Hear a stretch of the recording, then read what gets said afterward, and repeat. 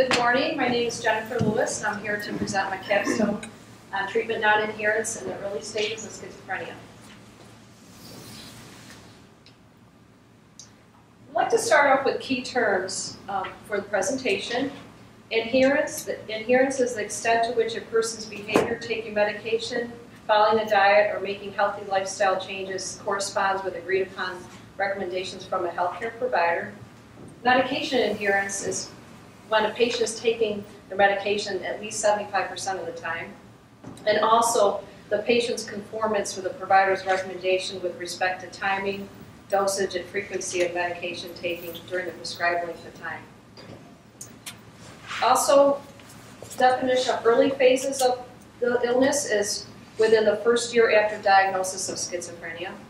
Late phases is more than 1 year after diagnosis.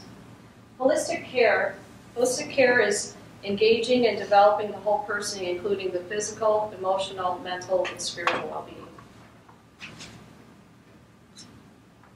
Schizophrenia. What is schizophrenia?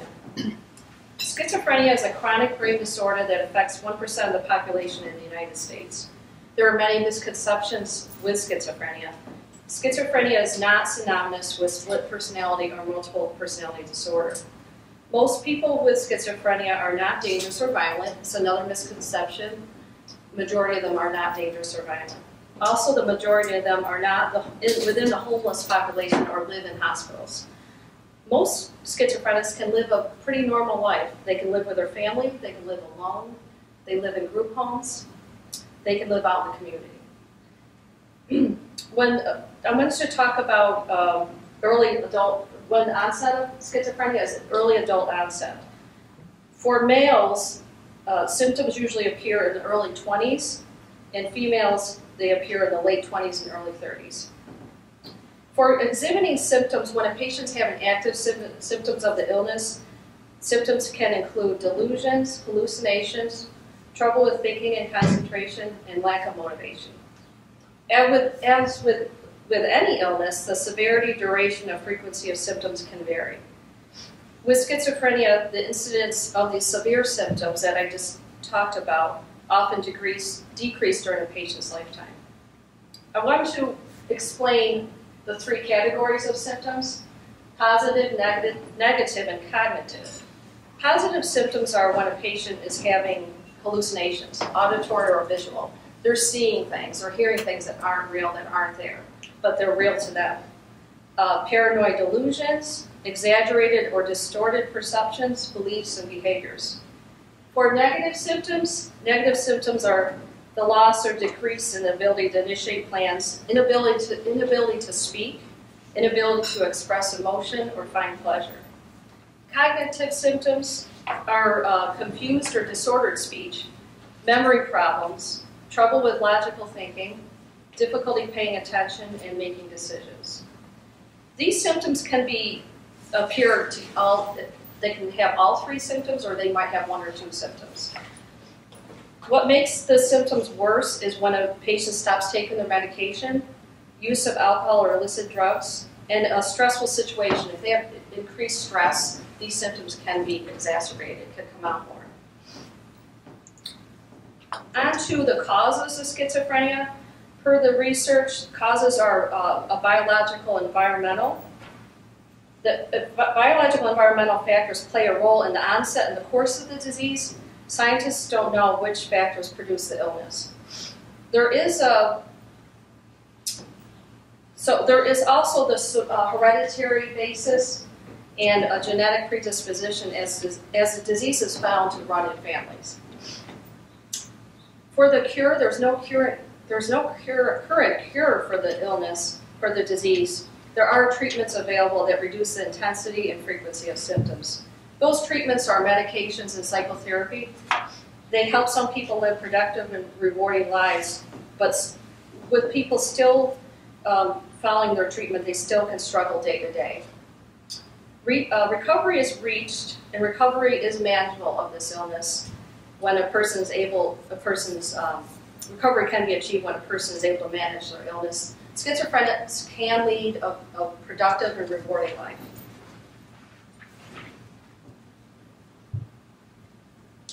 I have two videos to show. Both patients, the first video was of a male schizophrenic who's having active symptoms of the illness, and the second video is of a female having active symptoms of the illness. There's going to be a hearing tomorrow to see whether or not there's any legal basis why you have to stay here. I'm not crazy. If it was up to you, would you like to leave the hospital tomorrow? I'd like to leave the hospital tomorrow because I've got things I got to do. Okay, well, I'm going to be... There's a lot of rent to be paid and all that. Okay, what brought you into the hospital?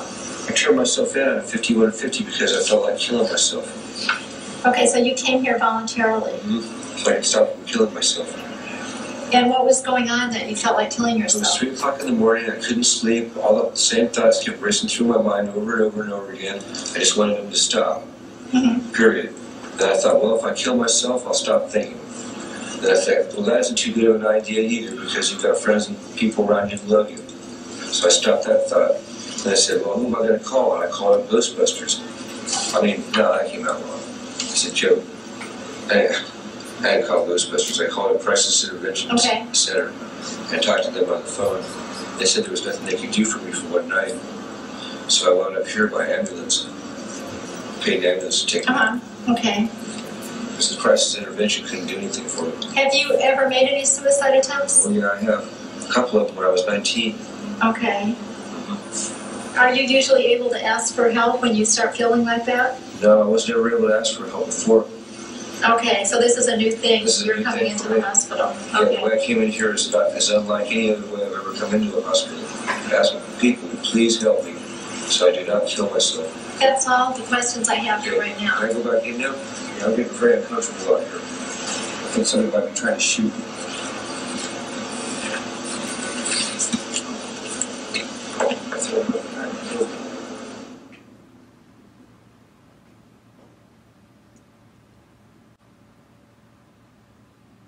So the patient was definitely exhibiting just active symptoms of the illness. So female patient. I get to the point where I don't want to live anymore because the mental process of mind takes over. When I think I'm doing good for a while, something mental takes over and it scares me. Years ago, I didn't do that. Years ago, I didn't have to worry about that one thing. I was one less paranoid. I mean, one less crazy. I was one less crazy. I mean, years ago, I didn't have this new mental problem. I don't know what it is. I don't know what it is, but it's pretty scary. That's why I called the police. Nobody else is doing it. For those people at 7-Eleven, they're always on the phone talking about me. Always. Especially in the summertime, nice weather. They're always talking about me, calling hospitals, Barnes, St. John's. There's a lot of doctors at not 7-Eleven, Quick Trip. You know what Quick Trip is? There's always a lot of doctors and nurses going, they're making form like kill her or do something to her. Do you notice changes in your attention with your illness? Huh? Do you notice changes in attention with your illness? I'm retarded. Do you notice having problems focusing attention or keeping your attention on things? Yeah. Tell me about that. I don't know. What was that again? When was the last time you felt good? I don't remember. It's killing me. It's keeping me from having a boyfriend, keeping me from driving. It's killing me. Like in China or somewhere. I just believe that somebody's been suffering years ago, they should take an OD and die because psychologically they may not want to take the OD, but to get out of their misery, they might. They fight it every night and every day. He's always fighting with me. Michael's always fighting with me. Drop dead, geek, retarded kids. That stuff isn't shit to me anymore. I'm so used to it. I do have a brain problem. But I don't have a brain tumor.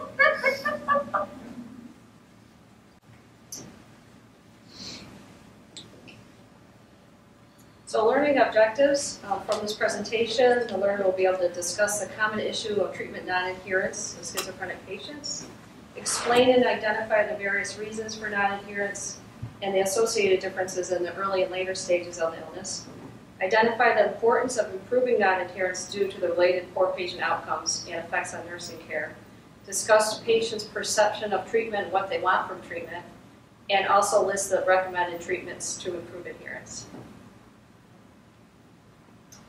So for overview, schizophrenia is a chronic and often debilitating illness.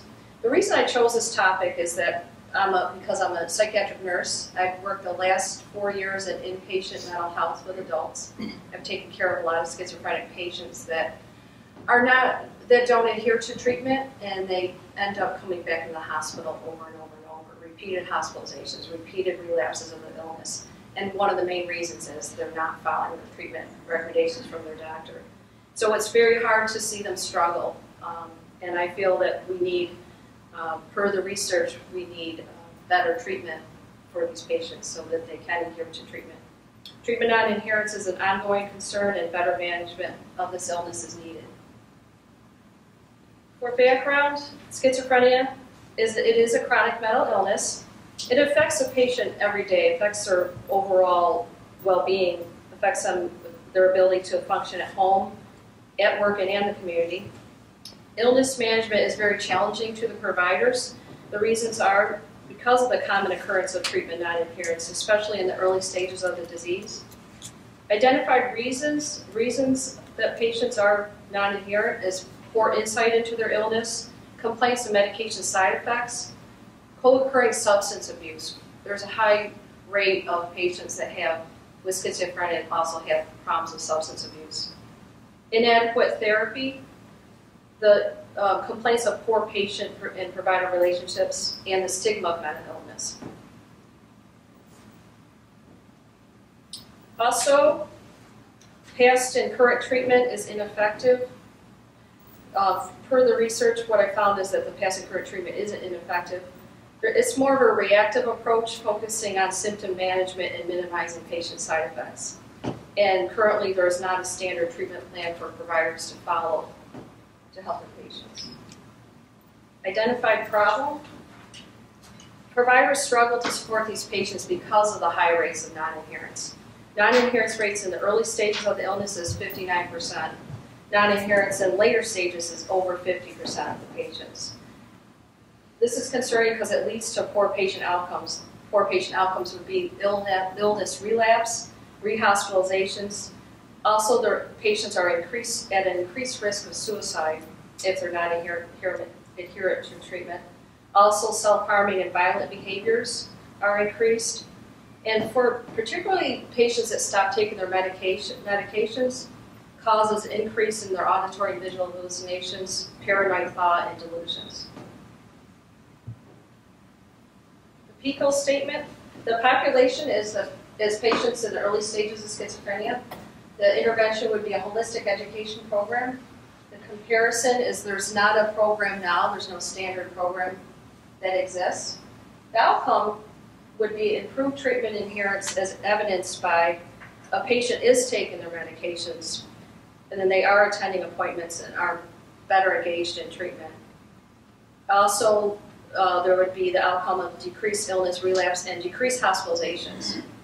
A research question, do patients that participate in the holistic education program show improved adherence compared to the ones that don't participate? How does this apply to the current nursing practice? Per the Nursing Code of Ethics, as nurses, we are responsible to be patient advocates to promote more effective treatment programs. And the purpose of this new treatment program will hopefully provide better patient outcomes. And as a nurse would be very involved in this program. My theoretical rationale. I chose the modeling and role modeling theory by Erickson. And in this theory proposes that people have potential and inherent drive to grow and develop across the lifespan. As nurses, we can help people grow and develop across the lifespan. In nursing, per the theory, nursing is the interpersonal, interactive process between the nurse and patient is very essential. And for the nursing role, per this theory, the nursing role is to be the facilitator, nurturer, and have unconditional acceptance of others.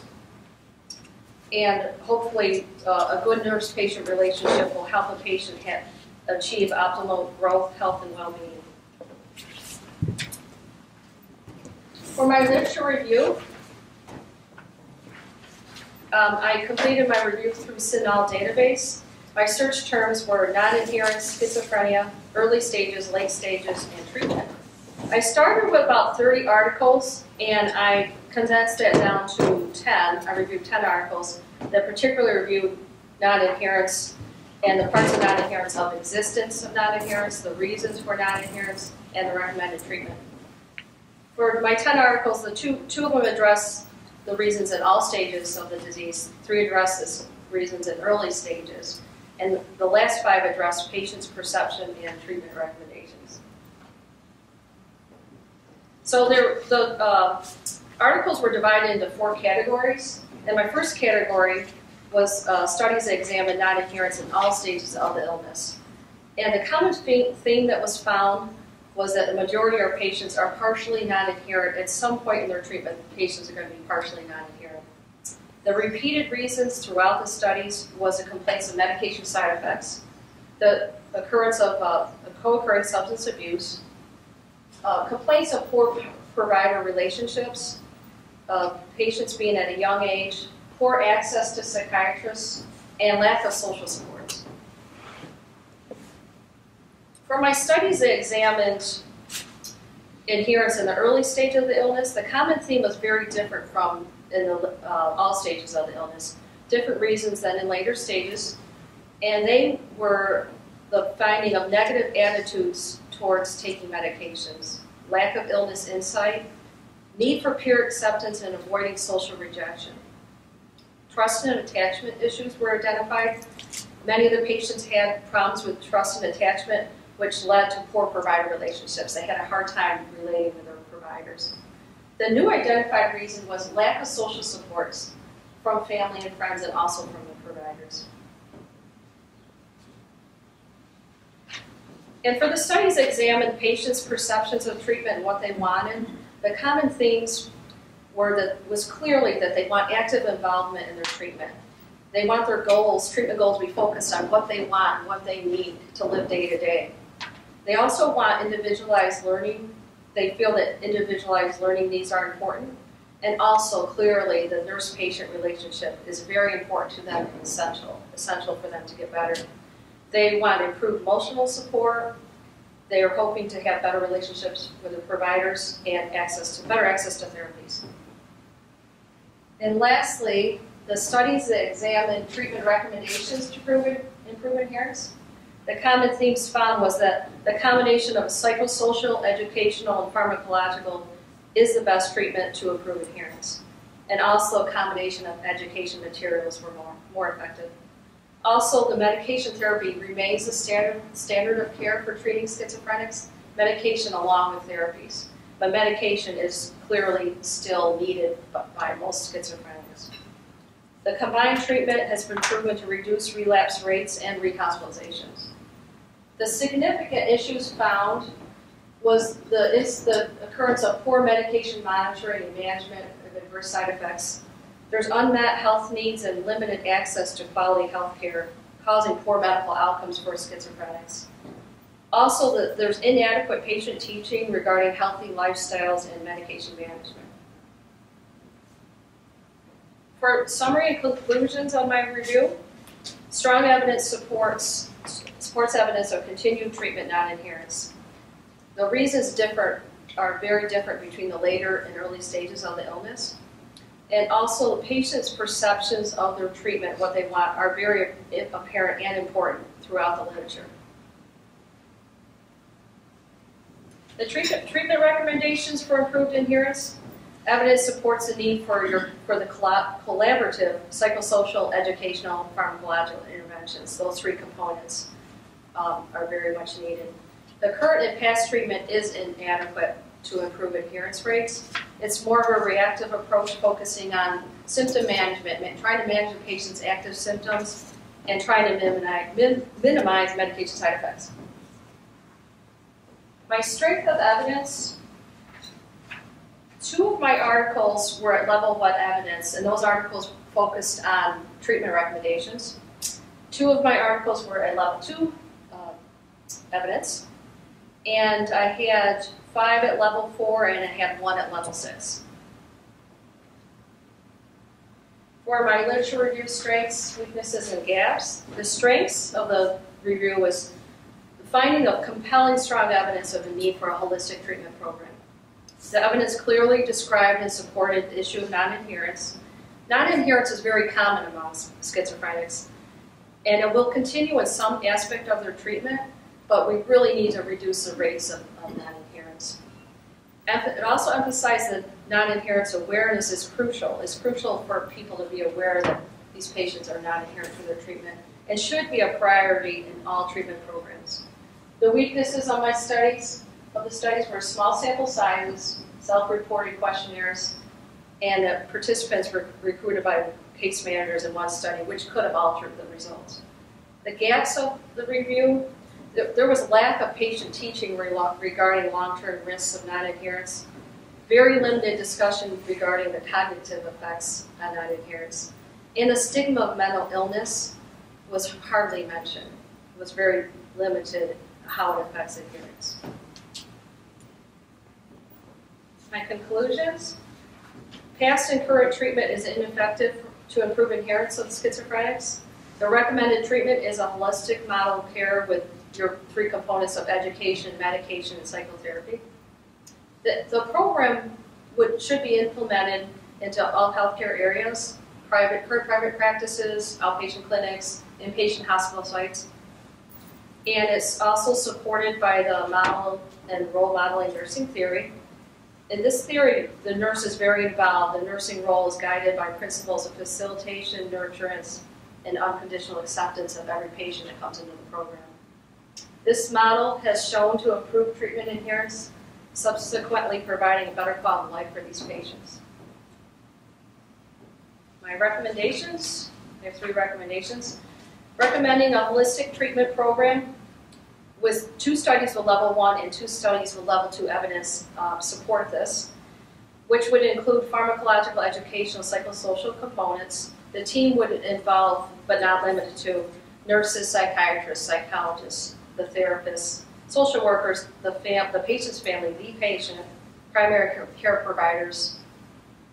Also, the program, the recommendation is a holistic care model, which is supported by level 1 evidence. And in this holistic care model, we're going to take care of the whole patient. We're going to take care of the medical and mental health needs. We're going to have close monitoring of medication effectiveness and adverse effects. The treatment plan would be individualized based on the patient needs and the patient's input and what they need and what is important to them. Patients can be actively involved in the treatment plan. It would be a primary nursing model, also supported by level 1 evidence, to support the nurse-patient relationship, which is clearly very important to the patient. Nurse will have an active role with patient caseloads for one-to-one patient sessions.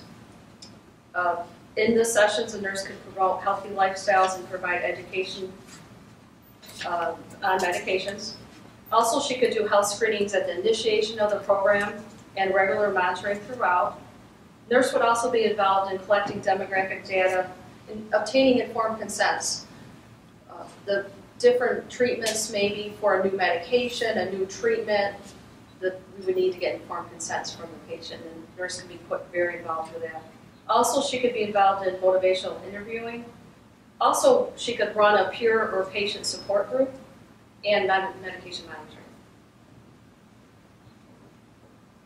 And I just have a couple pictures here to show the team approach, having the whole team involved, have the patient right there, and being actively involved, and how important the nurse-patient relationship is. And the patient's very happy having his nurse right there. And that is it. That is my presentation. Thank you.